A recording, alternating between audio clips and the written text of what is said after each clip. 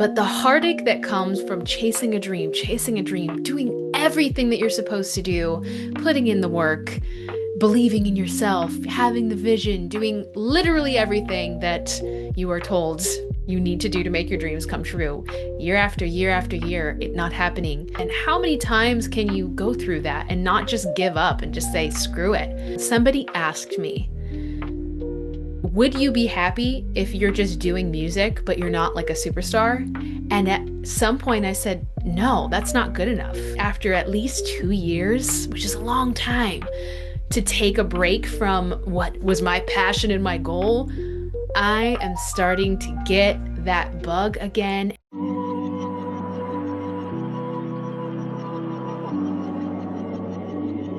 Let me tell you that I've had this dream since I was 13, watching MTV.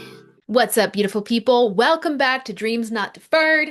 I'm Miranda Santillan, and we are talking about dreams that just don't seem to unfold, no matter what you do, no matter how hard you try, how many years that you put in the work, you do all the things, you believe in yourself, you see the vision, and you don't have negative beliefs anymore. You're like really doing it all in, and it's just not happening. It's just become a frustrating thing, a thorn in your side. There are times where dreams become very painful. They become depressing. They become more of a stress than an excitement because we put so much stock in them needing to happen a certain way, in a certain timeline, which is fair. I mean, who wants to chase a dream for their entire life? You know what I mean? Like, be 70 years old, like, okay, now am I going to be a famous author or, an athlete or whatever? Probably not going to be in the NBA at 70. It's possible, but not likely. Of course, you want your dream to unfold in your timeline, right? And the further along it feels and the longer it takes, the more it feels like it's just not going to happen. I know how that feels. For those of you who don't know, I'm not going to give my whole spiel, but I'm a singer, songwriter, voice actor. The voice acting part's new. I have been writing and singing since I was 13, probably even before that, but we'll say being serious about this dream of being world-class Grammy-winning songwriter slash Beyonce on tour kind of deal. That was from 13 all the way up until I was about 27. And that's when I shifted and realized that I actually never wanted to be a famous music artist. It's actually not the lifestyle I desire at all. Long story short, I realized that that was an ego dream for me personally, that I needed validation and to feel special. Now that I don't need that anymore, I actually realize that I want something very different, right? But I want the songwriting part still, and that's what I've been working on over the last few years, is getting more music into TV and film, and I have a freaking blast doing that. That is what I love. So I have had that dream though for so long, for 10 plus years. I was in LA, I was chasing the dream, and man, it can bring you so much heartache. Talked about this a few times, but the heartache that comes from chasing a dream, doing everything that you're supposed to do, putting in the work, believing in yourself, having the vision, doing literally everything that you are told you need to do to make your dreams come true, year after year after year, it not happening, right? I had my friend Sav on my podcast in the last episode. We talked about heartbreak. We talked about all of the getting excited. Oh, this is the moment. And then it all falls apart. And how many times can you go through that and not just give up and just say, screw it? Um, that's a tough one. And I went through that for more than a decade. Now, of course, with perspective, I see that, well, that dream actually wasn't my deepest desire. So it makes sense that it didn't unfold for me. I have a whole theory about that, but it's a little woo-woo, so I'm not going to bring it up right now. But when you have been chasing something for a long time and you're feeling that heartbreak, you're just feeling that exhaustion of like, is this even worth it anymore? Do I even want this anymore? Or is it in the cards for me? My friend, it is completely okay. And in fact, we're going to talk about why it's good for you to take a break. I don't mean give up. I don't mean quit. I don't mean go change careers. I mean take a break. That break could be for a couple weeks, it could be for a month, it could be for a year, it could be for a few years.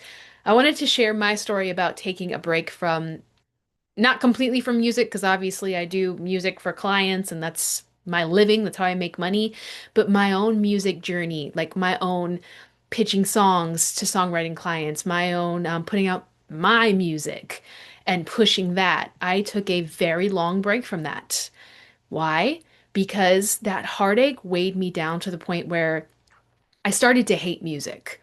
It sounds so ridiculous and overdramatic, but I started to not even listen to music on the radio, on Spotify anymore. I don't even want to hear it because it was just too heartbreaking to hear music and to see people performing, especially when people would want to invite me to shows. I'm like, no, thanks. Oh, I just don't like big crowds, which is true. I'd rather not be in a big crowd with sweaty people drinking, spilling all over me. But anyways, mainly it was because of the heartbreak that comes with seeing other people doing the thing that you want to do and, desperately just wanting it to happen for you. It's really hard not to fall into some depression, over that. And I definitely did. And you also just get exhausted. I got so exhausted from trying, being disappointed, being disappointed, being disappointed. Everyone can relate to this. We've all had journeys. Maybe you're trying to have children. Maybe you're trying to build a business. You're trying to find your life partner and you keep going on dates with all of these jerks, or all these girls who just ghost you. It gets frustrating. It gets depressing. It gets exhausting. I took that break because I realized that I was starting to completely lose my creative spirit, completely lose the fun. The fun was gone. There was no fun. When I first started going into the studio, oh my gosh, I didn't even need sleep. I could be in the studio all night. And in fact, my first studio experience, I got in the studio with this producer and he was like kind of a friend. We met through another friend, so we already had kind of like a good bond going and we just created a song from scratch. That was my first time. It wasn't my first time writing a song, obviously. I've been writing since I was 13 or younger than that, but it was my first time co-creating, let's say, with someone, actually trying to like, create together on the spot, not send me the beat and all right, and take like 2 weeks to write it and come back. No, this was like, let's do something right now. I stayed in that studio writing, recording, and then listening to him mix it and just kind of dancing to it and just the thrill kept me up from I think we started at like 6 p.m. I didn't leave until 6:30 or 7 in the morning because I had to go to work. I had to go to my day job, which was at a tech company in Venice Beach. And we were in Burbank, I think. Yeah, Burbank or Studio City, one of those areas, recording all night. I think I kind of fell asleep on the couch while he was mixing, but I was so excited. I didn't even feel tired. I was just eating candy and chocolate and just like vibing the freedom, the joy, the energy that I felt, like, I cannot describe it. It's just something you have to experience for yourself.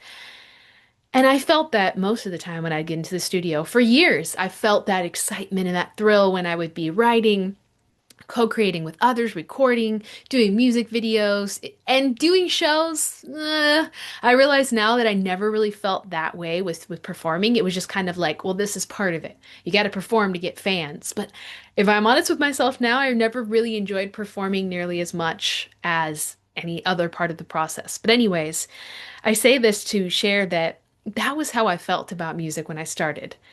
And after a couple years of chasing and chasing and chasing, I lost that spark.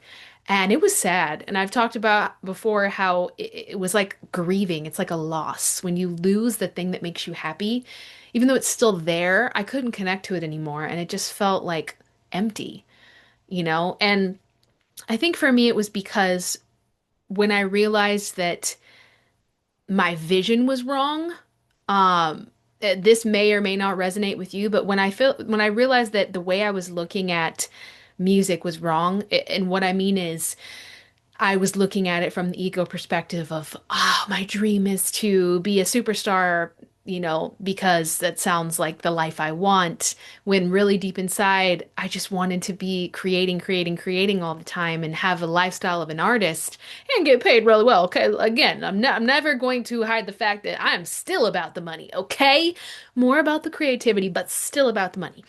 Anyhow, but the truth was that I just wanted to create, and the other part of it, I just came to a point where I was like, somebody asked me, this is what turned it around. Somebody asked me, would you be happy if you're just doing music, but you're not like a superstar? And at some point I said, no, that's not good enough. I said that was not good enough. Now, I want to say that there's nothing wrong with having a goal that you don't compromise for. I believe in that. I believe you should never compromise for your dreams, but you have to be very clear. Are you saying that you're never going to be happy or feel fulfillment if you don't get to this point? If you don't become a billionaire, if you only become a millionaire? Oh no.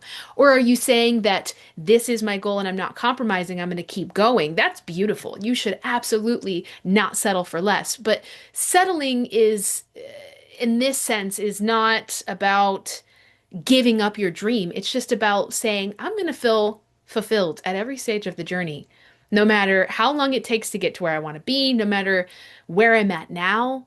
Because what happens is, especially for me, I'm sure a lot of you can relate to this too, you're always trying to get somewhere.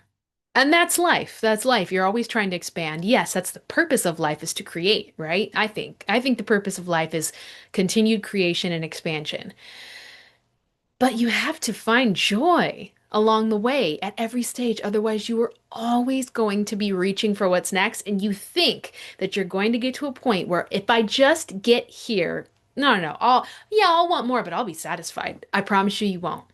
Because you're just going to keep moving that goalpost. And again, it's a good thing to do that, but you have to be moving the goalpost while also saying, this is great right here.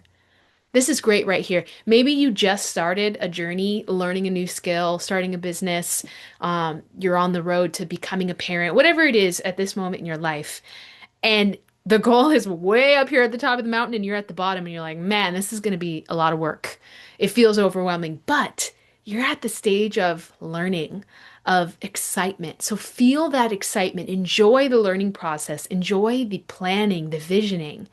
And then when you start putting in the work, enjoy the mistakes. I know it's hard to enjoy the failures, but enjoy every moment. It's really important to stay on it. And I don't mean that it has to be hard work to stay inspired, but kind of like relationships and like your fitness and your health, like there are things you need to do to maintain it, right? It doesn't have to be difficult and stressful, but you definitely need to put things in place to make sure, like gratitude, like evaluating every year where you're at and saying, oh, I'm so grateful that I've done this, this, and this.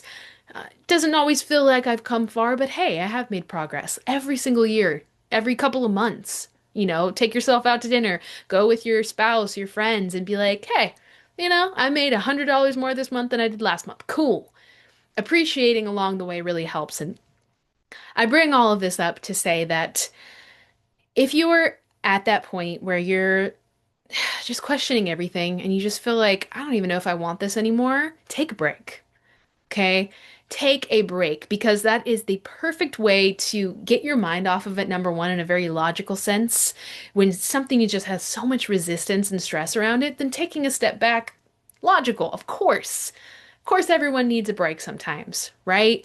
You're on your fitness journey and you're pushing and pushing. No, you don't quit working out, but maybe you quit obsessing for a few weeks over this perfect calorie macro count and this exact exercise. Just maybe take a little break to kind of give your brain a reset.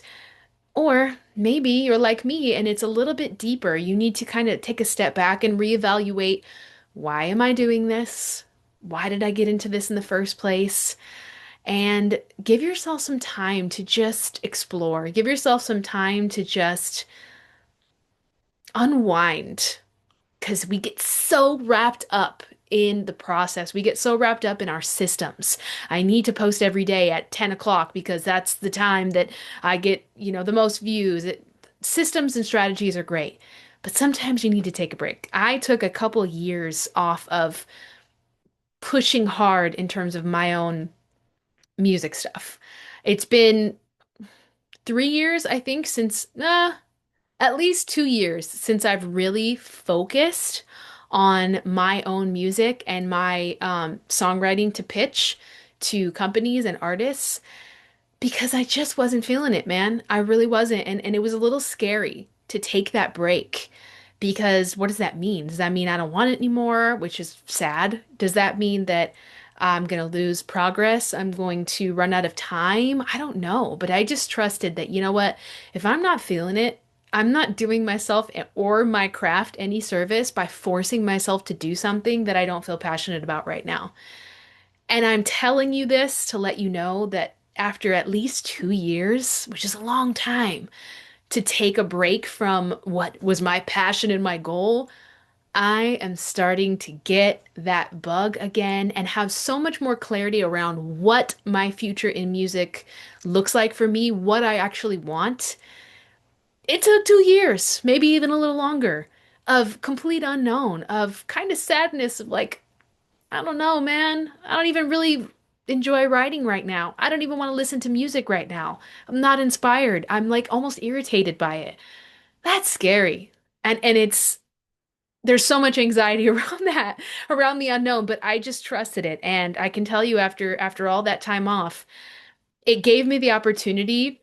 I know not everybody believes in, a divine plan and all that, so I'm not pushing that on you, but it is interesting that when I took that break, I found voice acting and I fell in love with it. And I'm right now, this past year, I've been working on building a career in voice acting from scratch, right? That means taking workshops, learning, getting the equipment, getting coaching, getting a demo, getting websites built, just the whole starting a business from scratch, like I did with music, which took me years. I've been able to do it in 1 year because I've taken so much coaching. So I cut that learning curve down, but it gave me time over these 2 years to start that, which is now a huge part of my life and my dream. I love voice acting. Oh my God, I'm so excited about it. It brings me that same joy that first getting in the studio did, right?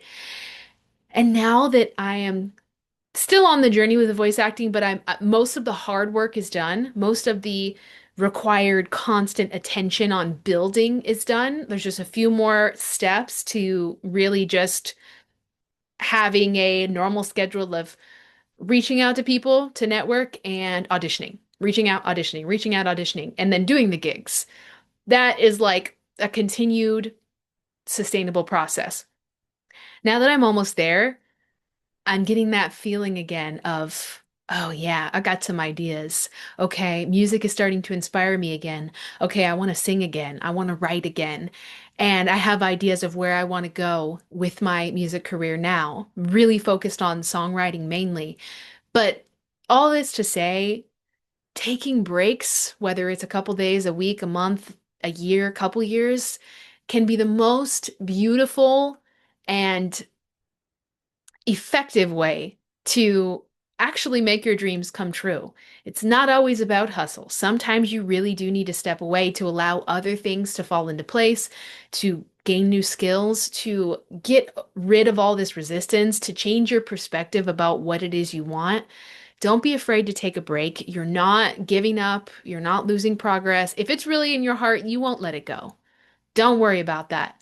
So if you're like me and you take 2 years off of focusing on your dream, you're the only one that knows the truth in your heart. So if it feels like the right thing to do it, baby. It worked for me, so I hope it worked for you. Anyways, love y'all. See you next time.